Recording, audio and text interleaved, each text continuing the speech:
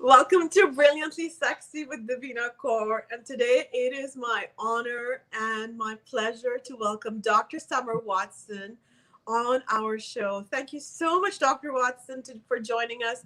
Dr. Watson is the founder of Core Woman. She has a PhD in clinical psychology. So we are so excited to be here with you today. And she's also the author of fuck yeah. Get real with strong language. Get real with strong language. Woo! Oh, we can't wait to dig in. And Dr. Watson is a personal friend of mine, so I'm so grateful that you're here today. And I wanted to start off like our show by, asking you what prompted you to start Core Woman. What's your driving force for doing what you're doing, Dr. Watson? Great question, and thank you for asking, and thank you for having me on your show. I really appreciate it. This is so much fun. We've already been talking in the background, and we've just had so much fun. So, well, what prompted me is over the years, I'm going to start way back when, and that was when I was young. I was 6 months old. It was 1969. You figure out the math, right? So I had a young mom. She was 19. When she had me. She had my brother when she was 17. And at 6 months of age, I wasn't doing well health-wise. I was sick. My mom would take me back and forth to the doctor. They would basically say, go away, she's fine. She's got the flu, stomach flu. What actually ended up happening is at that time, I ended up going into the hospital into an emergency situation because I went into a coma because I actually had to go into exploratory surgery where they found a hole in my small intestine. And I tell you this because that kind of is the lead up into why I've developed what I've developed, how I've gained wisdom over the years, my resiliency, being able to just kind of bounce back. And I ended up from that, having that hole in my small intestine, becoming septic and just becoming really sick. I had about 3 or 4 surgeries. I had to get through that. And as I got through that, they didn't know if I was going to make it. And that was in Orange County, Los Angeles, California at the time. And at that time, they said, this is about the 3rd or 4th surgery to my mom, and she's got to start thriving. And my mom, she was a young mom, and she just kind of walked out to regroup. And the doctors, held hands around the crib, and they started praying for me. And they basically said, this is the last thing we can do for her. Well, throughout my life, then I ended up having surgery after surgery after surgery because of that initial surgery, because of as we grow, the adhesions on tissue also grows. And so that caused some issues, but I've always been able to bounce back. I've always had something within me that's innate where I could overcome things. And my mom said, wow, you have this exceptional ability to get back up. And so I thought, as I went through my life, there were always people ready to support, or I'd find groups where we kind of connected. And one of those people happened to be my mom, and I connected with her, and she helped me start laying that foundation for what are my own values, what are my beliefs, allowing me to discover that, right? Then as I went into college, I joined a sorority and started doing philanthropic work. And I had a core group of women that were just exceptional, that gave back to me. I gave to them. We raised each other up, and we learned from each other. They were a diverse group, and I absolutely loved them. And then as I went on in life, I got married. And as I got married, my husband joined the military. And from that, I developed a core group of women in the military, right? Who I could kind of rely on. We could rely on each other. We helped raise each other up. We did philanthropic things together. We are part of groups. And then from there, my husband finally retired. And I thought, throughout that whole period of time, I was able to get a master's in human services, a doctorate, work in hospitals, do nonprofit, work in community, work at schools, work as a professor. So many things. I thought to myself, looking back, what is it that I want to do? What is it that I want to do now with all this wisdom, education, experience? And that's when I thought, I want to give back. I want to give back in a meaningful and authentic way. And so I developed Core Women. And I thought to myself, this is a place where it's going to be the hearts and home of women. And the way it came about is after my husband retired, it took about 2 years for me to kind of like get settled. And, we're outside of DC in Northern Virginia now. And I'm a California girl kind of trying to still adjust 6 years later, right? So 2 years into that, I decided I'm going back to California. I'm going to meet with some of my girlfriends. And through that, I watched them interact. I watched them talk. And it wasn't those fancy dinners. It was being in the living room. And as I observed them, I thought to myself, that's it. I want to give this back. I want to give this back to everybody. I want them to have a core group of friends, women, men, where they can bond in authenticity, fill each other's soul, raise each other up. And that's where the birth of Core Women came from. So CORE is actually an acronym for how we kinetically connect, how we organically learn from one another, how we reshape our lives through diverse interaction, and then how we energize one another to promote change. So there you have it. That is me. That's what's going on. That's how I developed Core Women. And I love it because it speaks, first of all, Core is like my last name, right? Core. Yeah. And here we are with divine timing and making this happen, like, woman supporting woman. Like, what is more powerful than just being there for each other and asking everybody to show up authentically as who you are? Yeah. It doesn't get better than that. Right. And I want to mention, sorry, go ahead. No, I said right. You're absolutely right. Yeah. And Summer and I connected about 4 or 5 years ago. How long has Core Women been around for, Dr. Watson? Core Women has been around for about 2 years, 3 months. So in that short amount of time, it's been an amazing growth process. Amazing. So wrote the book, started coaching, took all that wisdom in regards to education, experience, and brought that into my coaching forum. So started coaching, made 3 documentary films, empowerment films with women in Los Angeles, Nashville, New York City.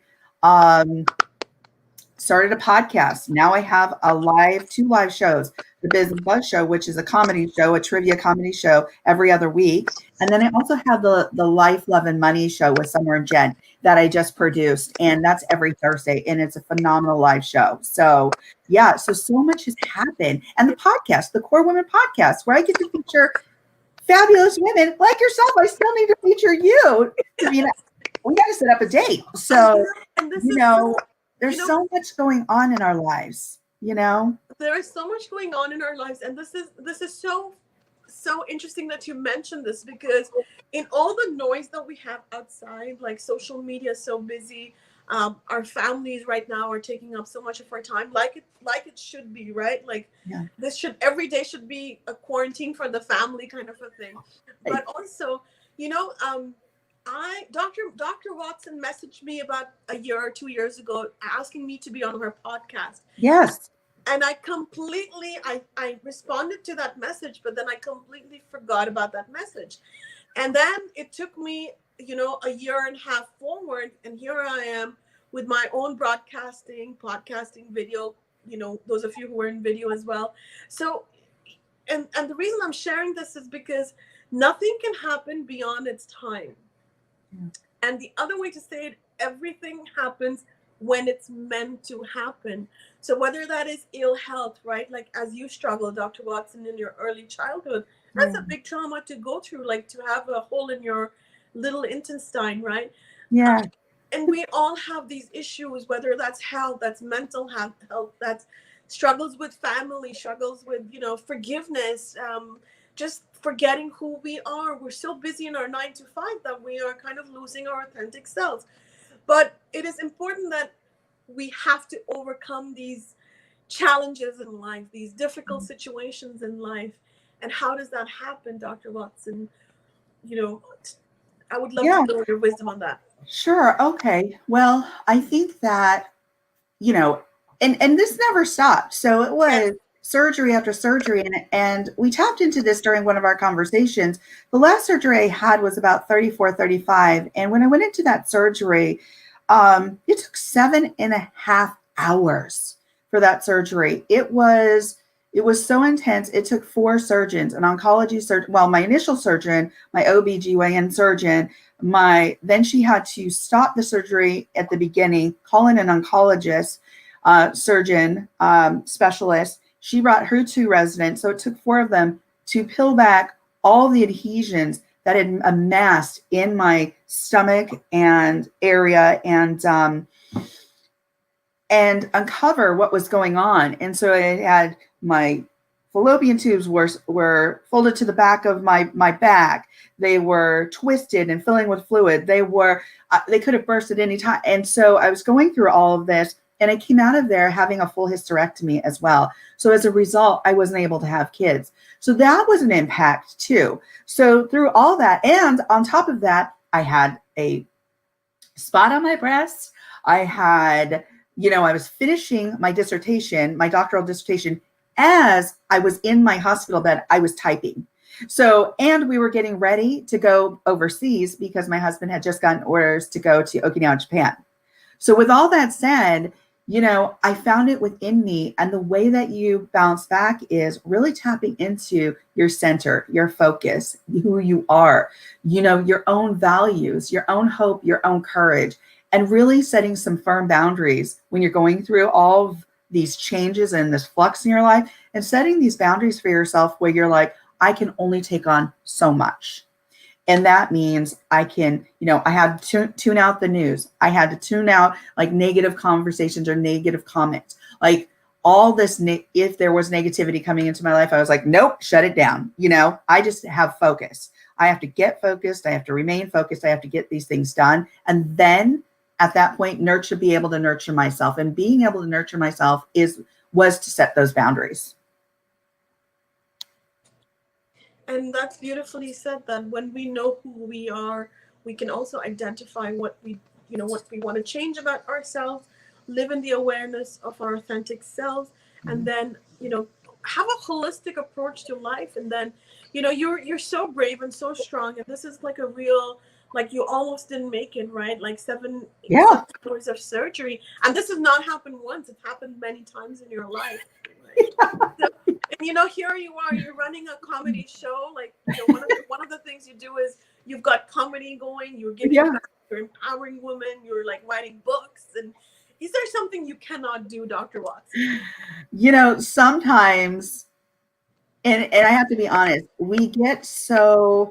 we're running so fast, right? And that's part of the core. How do we kinetically connect as human beings through all this physicalness, all this change, all this hurry and scurry, right? It's like, so sometimes it really is taking a step back and finding time for oneself, finding time to do the reflection, finding time to breathe. And sometimes being a high achiever, being somebody so focused, so it's hard to do. So setting those boundaries for myself is like, I have to remind myself, set those boundaries, nurture yourself. So important, because I also have lupus. So I have to remember that sometimes if I run myself down, I'll run myself to the wall and go, boom, I'll just like crumble. And it's like, it happened to me this week where Monday I had to go to the doctor because I was having some major pain in my face, and I was getting a sore throat. I was having these flashes, these hot and cold flashes. And I thought, oh man, I better go get a COVID test. So I got a COVID test, and then I talked to the doctor, and he's like, oh, you have a major sinus infection.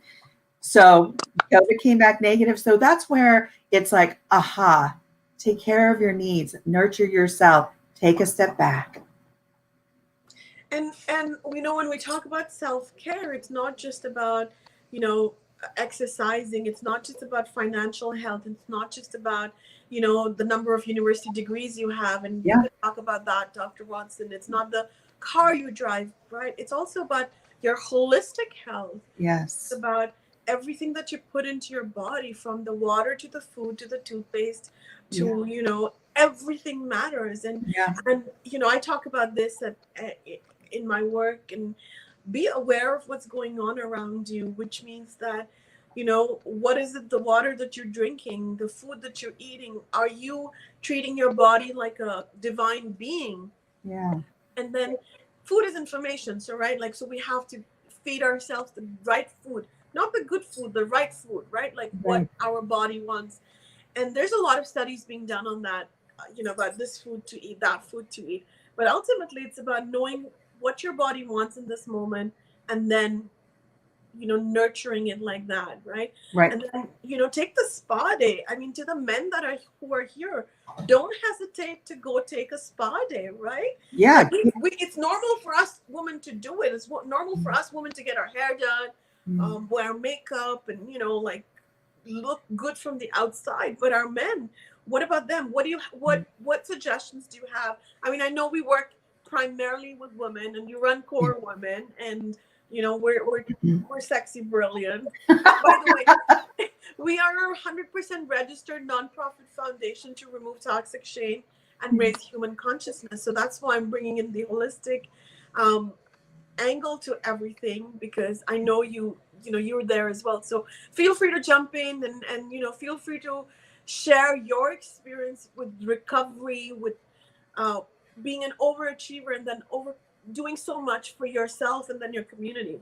Right. Well, so I really function from an Adlerian perspective. So, and from phenomenology. So Sorry, and learning? Adlerian. What is So, Adler? and I'll tell you. So Alfred Adler was a doctor of psychology. He was also a theorist, and he was also a holistic practitioner. And so when you talk about holistic, if you talk about, the different frameworks of a human being, so you've mentioned quite a few. So you've mentioned monetary, mental health, wellness, physical health. You've mentioned all these things. So when I look at a human being and they're functioning, I can't just look at, okay, what's going on with this person in regards to mental health. I have to look at how are they functioning in their physiology, their wellness, their economics, their social, social aspects. So I look at a full range of different elements and factors to get a better idea of the whole, the entire functioning of that human being, right? Because some people will say, you know what? Let me give you an example.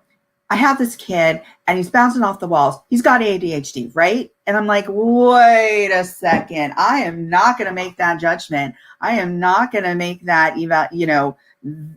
that diagnosis, place a label on somebody without understanding their full functioning. Because many times I've seen people, not just kids, maybe adults, who will say, you know what? I'm anxious, I'm depressed, I've got a lot going on, and I keep seeing them mess with their ear, right? And they might be messing with their ear. And I'm like, wait a second, have you continue to mess with your ear? What's going on here? And have you gotten that checked out? They'll go get it checked out and say, oh my gosh, I didn't know I had an ear infection. And I'm like, okay, that could make you not get enough sleep. That could make you irritable. That could make you depressed. I'm not saying that is fully the ear issue, but that could be a big factor. So you can't just, eliminate certain things, because you would be doing an injustice to that kid, that person, by putting on a label without looking at the total functioning of that person. So as best as you can. So when you talk about holism, you're talking about multiple factors. It's never just one thing, never. Yeah. And that's the same thing for, like when we talk about, and I want to bring this in, and please jump in at any time, is when we talk about empowering women, can we empower women without empowering our men? Because somewhere, we all women are connected. We have partners, we have fathers, we have brothers, we have some kind of male influence in our lives. So what is your perspective on that? And by the way, Core Woman, I love Core Woman. I cannot wait to be a part of your podcast as well. But I just want to, ask this question, because does empowering women mean what do we do with our men? Oh, absolutely. So I wanted to create a safe space for women, because I knew that, for me, it was about what I viewed, what I observed in relation to, women, empowering them, what we could create. And I'm a researcher. So as a PhD, I'm also a researcher where I had mentioned the word phenomenology, right? Earlier on. That is looking at lived experiences of human beings. So at that time, I was looking at the lived experiences, my lived experiences, and how I could contribute back to society by providing a space that would bring in authenticity, connection, relationships, development of core women. But what happened was men started gravitating to core women. And I was like, this is awesome. Oh my gosh, because they are also part of the spectrum. They are also part of the community. And so I had to find a way, because I was in no way, if they were coming and wanting to be a part of this movement, of this creation, I thought, oh my gosh, I have a responsibility to give back, to empower them as well. They want to be a part of this. And I was so excited. So I found a different forum for that. So I started interviewing men live on Instagram, where I could then store the interviews on IGTV Live. So I was like, so I could, guide people back to the IGTV Live to watch the replays. So I've had multiple interviews with men that have been brilliant, sexy, brilliant. And so, men are our allies. We can, support them, raise them up, bring them into the loop. It is so important and such value.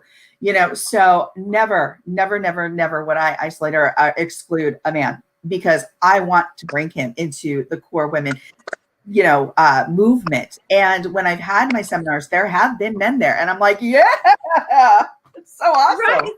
There is such a joy in, not only empowering women, like at Sexy Brilliant, we're about, raising human consciousness. And how do you raise a woman's consciousness or human consciousness? I mean, human, H-U, and then M-A-N, right? It's got masculine. Right. We can't get away from the masculine energy. Like, we're talking about core woman, it's woman. So the male, the mother, the father, it's like the masculine and the feminine are all part of the same whole. So, to everybody who's here, as we are celebrating our sexiness, we're celebrating our brilliance, we're connecting to our core, our inner connection. It also means accepting, knowing, first it's self-knowledge about our feminine side, our masculine side, our ambitious side, our overachiever side, and like you've written this book called, I have to say this again. Fuck yeah, get real with strong language. you tell us the name of your book. and let me tell you something. This book, people are like, oh, I get a wide range of like responses to this book. And I'm like, hey, come and ask me. So I went on tour in California when this first came out in March, and it was right before the pandemic, the quarantine hit, all that stuff. And I was at Barnes and Noble in San Francisco and San Jose, California, different Barnes and Nobles. And I had some people pass the table and just roll their eyes. I had some men come up to that table and go, men in their 70s going, I want to know more about this book. By the time they were done, and they actually pulled up a chair, sat with me, had a conversation, at least two older gentlemen, and they walked away with 2 or 3 of these books going, I want to get this for my granddaughter. I want to get this for my daughter. And I was like, right on, because they took the opportunity to ask me about this book. This book is not solely about language. We take the idea of strong language and pose it against your personal values and beliefs. The reason we do this is because it is a sensitive subject. Because even you're like, oh my gosh, I got to say this again. Right, because we have been conditioned to think about language, strong language, in a certain way. So we take you through this process of really identifying your values through the use of strong language. So what was it like when you said your first strong language word? When did you say that strong language word? Were you reprimanded? And then we take you through the cultural aspects of that, through literature, through film, comedy. We take you through all this different stuff so you can do your own self-evaluation about your own values and beliefs. And once you do that, we provide strategy as to how to apply that with your other values, what you do value, so you can figure out where your value system is. Because we've been raised to be told that these are your values. by our parents, by our clergy, by our educators. And if you're not living in congruence with what you've been told to value, those aren't your values. That's amazing. And the book, by the way, Dr. Summer Watson's book is called Fuck Yeah, Get Real with Strong Language. I'm going to say that again because it's like, fuck yeah, get real with strong language. And this is so interesting because I don't use swear words in my work. Here I am running sexybrilliant.org, but I'm like still intimidated to kind of use the word F. I'm also a mother, so I kind of have to be very careful about the words I use. Not that it makes any difference because our kids know so much more than what we know actually. So, and this is where your programming comes in, and I'm realizing it right now on camera that, you know what, I am programmed to not use the word fuck because it's scary. It's like it's considered a bad word, but then what about the word sexy? It's the same thing. Right. Or even the word brilliant, because a lot of times we can shy away from even referring to ourselves as brilliant because it feels uncomfortable. So, in this book, we also go over, oh gosh, why am I forgetting now? The woman who sang that song, Bananas. So Bananas, well, she was called a cheerleader. I believe it was by Pink. And she didn't like being called a cheerleader. She saw it as something that's offensive. And it was like, it wasn't even a strong language word. And we call this strong language because we don't want to impose a judgment on the language, because it's really important. And we're not telling you even to use the language. What we're saying is we're using it as a subject matter because it is so sensitive. We've been conditioned as to how to use it or not use it. So, the song by Gwen Stefani. So it was Gwen Stefani and Pink. And so going back to that. But anyway, we've been conditioned, and it's important to reflect on what in fact we've been conditioned for or to or what, because that then makes us think more deeply about our own value system, which is so important. We've been conditioned to fit into a box. Yes. Especially as women, we've been conditioned to be normal. And those of you who are here who may not know this, I'm the author of a book called Too Fat, Too Loud, Too Ambitious. Love it. And that's where Dr. Watson and I connected, because the ambitious part, why are we women afraid to claim our ambitious side? Because it's a part of our conditioning.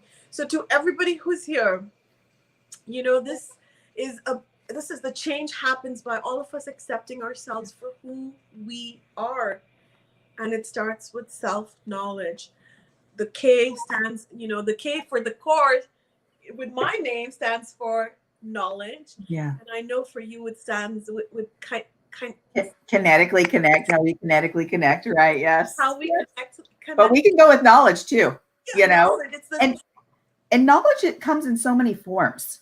So it's not just by a book, it's by experience, it's by gained wisdom, it's by challenges, it's by missteps. And more importantly, and I want to put this out there, life is messy. Life is different. Life can be skewed. And remember, we can reframe that. We can reframe our experiences, our challenges into gained wisdom. So don't think that life has to be pristine or perfect, because we are humans. It's impossible. It is impossible. So what we can do, though, is reframe that and think, you know what? I've gained a lot from that misstep. Yeah. That's wisdom. And the misstep is also is after how we pick ourselves up from that, and then say, you know what? Yeah, this didn't work out. I had a business failure. I had a relationship failure. I'm struggling with ill health. But what have I learned from this? And what is the next step, right? Yes. I'm a full-time student of life, and you are too, Dr. Watson. Like, you've gone through so much, and it's like a shared journey, and there's never enough, right? Right. But also to give gratitude for everything we have. Yes. And I want to say thank you to everybody who's here. And thank you. Please find Dr. Watson on Core, Kore, woman, WOMEN.com. Find her work, follow her on social media. And before you go, Dr. Watson, We've got something very important. Oh no, what are you doing to me? What? So all of my cards are trying to come out. So I just pulled out the Sexy Brilliant Empowerment cards. Ooh, cool. These are cards that have divine messages, and I wrote them about 4 years ago. And at every show, every broadcast, we pull out a divine message. So, Dr. Watson, please choose a number from 1 to 30 today. Okay. We've got about 50 cards, but just for time purposes. All right. How about 7? 7? Oh, okay. You mean, okay. How about 3? Sorry, what did you say earlier? I said 7. 7. So, you know what? I think we deserve 2 cards today. Okay, perfect. 1, 2, 3. This is card number 1, and then 4, 5, 6, 7. But there we go. 7 is a divine number, right? Ah. And 3 is the number of the one is. I don't know if this is related at all. Probably not. But 1 is the masculine, the sacred masculine. The number 2 is divine feminine, and then the number 3 is the unity of the masculine and the feminine. Oh. Is the number of the child. 3. So what a card! Wow. Hot risk. Hot risk. Let's see what it says. Oh no. Did I tell you they're a little bit X-rated? Yeah. I love it. Sexy Brilliant Empowerment cards are available on sexybrilliant.org. Oh, I need to get those. Yeah. I do. Really cool. So hot risk, I'm going to read this first. It says, keep the focus on personal awareness, sexual growth, and self-love. When an opportunity comes, be willing to take the chance and give life a possibility of victory. Daring greatly to the newness of this moment is very powerful. Love is worth it. Taking risks is sexy. Oh, I love it. That's awesome. These are cool. And then that's really cool. And then the card number 7 is also very beautiful. It says healthy, sexy boundaries. I love it. Exactly what we were talking about. I know. Divine messages, right? Right. So setting boundaries takes courage and practice. Healthy boundaries allow us to truly respect ourselves. They keep our physical, emotional, mental, and spiritual well-being healthy and help us stay sexy. Health limits can be set in all parts of our lives, and healthy boundaries help increase our confidence in risk-taking. Yes, very true. I love it. Those are beautiful cards, by the way. Great idea. They are available on sexybrilliant.org. Make sure, by the way, guys, those of you who are purchasing our products, our cards, our books, everything goes back to our nonprofit foundation to remove toxic shame and raise human consciousness. So be generous. Christmas is coming up. Check us out. And, you're my cat. You know what? That's a great idea. I love that idea to get those as Christmas gifts. Brilliant. Sexy Brilliant. Sexy Brilliant. And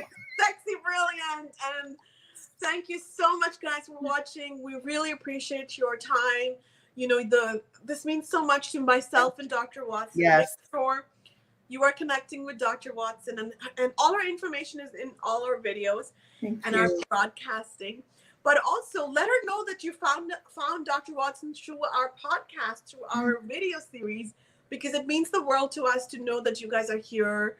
And, thank you so much. And those of you who share our work, help us celebrate sexiness, help us bring back human intelligence. We thank you so much, and we love you from the bottom of our heart. Thank you for sharing this video. Namaste.